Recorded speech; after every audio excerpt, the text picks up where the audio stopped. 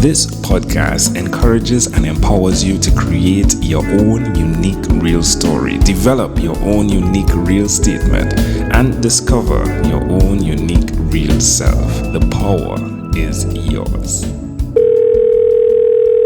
Good night, Melissa Brown. How are you doing on this wonderful, beautiful night? I'm wonderful over here in Florida, and it's so great to hear from you. Yeah, definitely. What's the temperature like there? Are things warming up?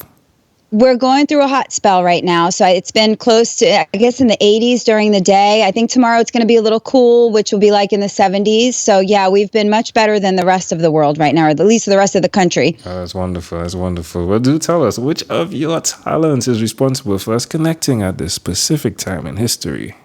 Yeah, well, we connected through LinkedIn, but I imagine it's because we're both podcasters, although I am right now managing multiple businesses. I'm kind of like a serial entrepreneur. Sweet. So tell me, to manage several businesses and to do a podcast means that you do have some systems in place. Like, who did you learn that type of order from to be systematic in that way to accomplish that? Yeah, that's a good question. I know that I learned a lot of skills of being an entrepreneur from my dad. He was a business owner and always believed that everybody needs to be a business owner. But as far as my systems, I don't know. I'm just a real big control freak, and I have everything like very, very organized, and I have my whole entire life organized with lists and systems because that's what you have to do, especially when you are trying to manage multiple businesses and family. It's just not something that you can wing, isn't it? Like, no. This. Yeah, it's a lot. It's a lot of organization if you want to do that. Otherwise, things will never get done. Yeah, I totally agree. So why will you continue to be that person? Because I'm sure you're not always the best loved for doing that, right? Being the person that's pushing everyone, hey, we need to get this done. But why will you continue to be that person? I'm kind of my own worst enemy, really. I don't really push it on other people, but I don't know how to not continue it. You know, I'm really driven, and I do believe you have to have multiple streams of income these days to really make things work and to support a family. So I just I'm just like a machine. I have to keep going. And as soon as I run out of an idea, I have to create something new. Now tell us about the podcast, please. Yeah, so I've been doing that for about 4 years now. It's called the Blended Family Podcast, and I created it as a need to help people that have blended families because at the time there really wasn't a lot out there, and my blended family was formed about 12 years ago, and it's difficult, and so I thought whatever experiences I go through, I can use that to help other people in the same situation. Now, quick question. Were you born in Florida?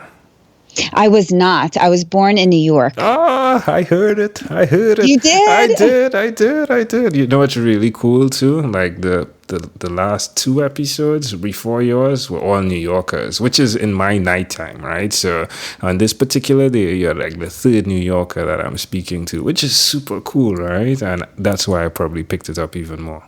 Yeah, well, you know, I've been here for I think 15 years now in Florida, but I've kind of dropped a lot of my accent because I got too much attention for it. I didn't like all the attention, people asking me questions about it, and my kids would make fun of me because they were raised here in Florida. But when I get around my family, sometimes words will just start slipping out. Now, for those who don't understand fully what is a blended family, please explain.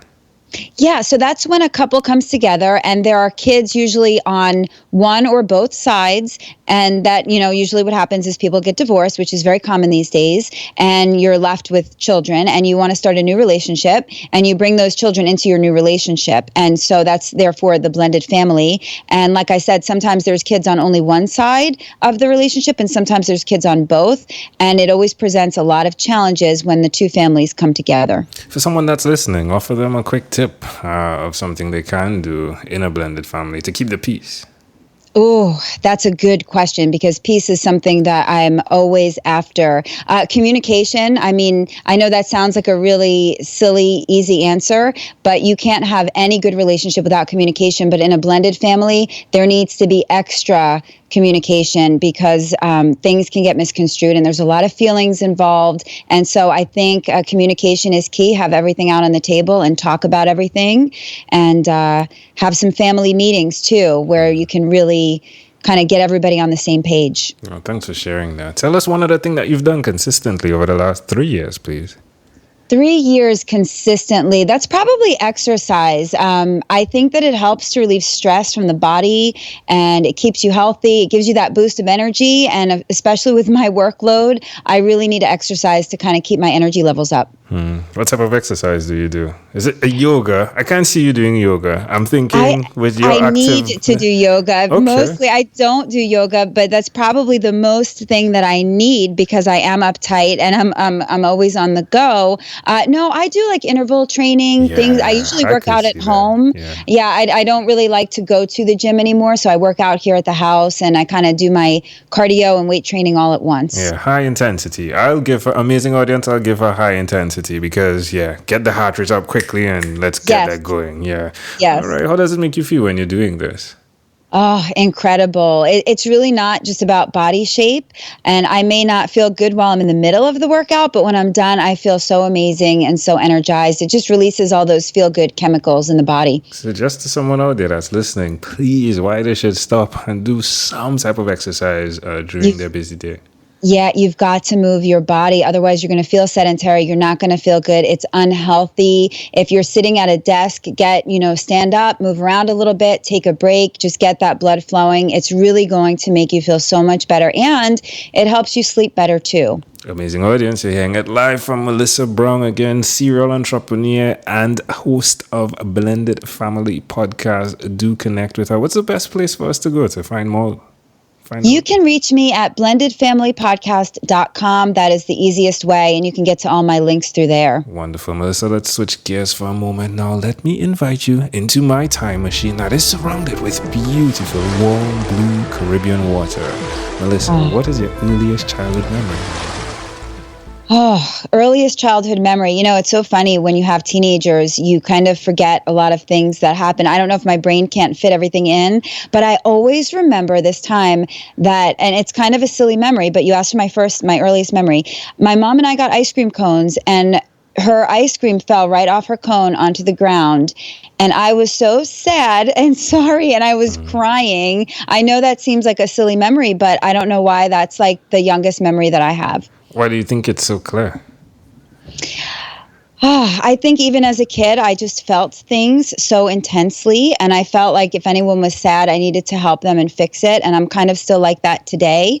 So I think that's probably why that stuck with me. I was probably about 5 or 6 at the time. That's intriguing. Wow. Can I jump in here, offer an interpretation to the thought picture you created in my mind with that memory? Yeah. Yeah, I think immediately I'm like, things don't always go the way they're planned. And yes, it's like a perfect family interaction going on. Like if we're looking at the storyline, how dare the ice cream fall?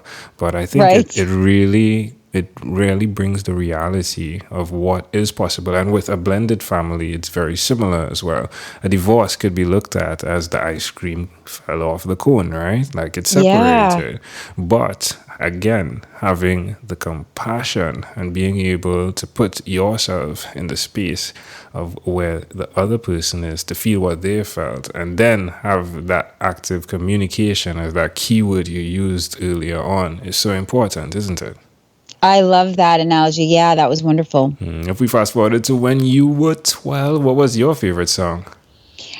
This one, I hate to tell you this, but I can't answer. I wasn't into any music until I was a little bit older. At 12, I was only really reading books, and I didn't get into music until I was in high school. So I don't even remember what songs were available when I was 12. Well, isn't that crazy? No, it isn't, because again, the episode before you, which was the episode before that, the other New Yorker again said the same thing, just like you said. So it's cool. Yeah, it's you're not the first, you won't be the last. I was really intrigued by your answer to the question on the Calendly link that you booked on. Here's what she said, amazing audience.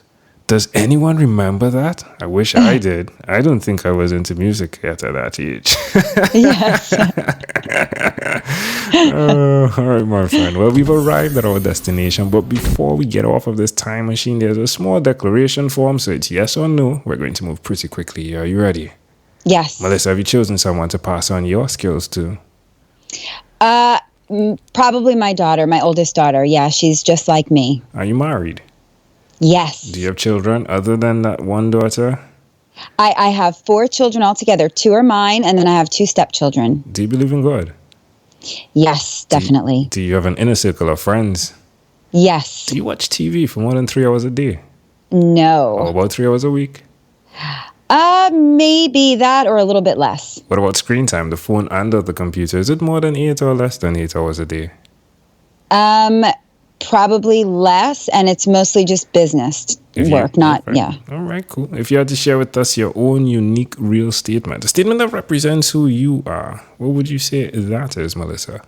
Okay, so it's not quite mine, but it is my unique statement that I go by, and it is, she thought she could, so she did, and it reminds me that I could do whatever I want as long as I believe I can. So that's my favorite statement. Love it. Melissa, this was such a great pleasure. Before you leave, is there anything else you'd like to share with our amazing audience? No, it just has been a real pleasure being on your show. Thank you so much. You're welcome. It was a great pleasure having you, Melissa Brown. Thank you for being on What is Inspired by 12-Minute Convos with Angel Jones. This segment has been brought to you by Amazel Enterprise.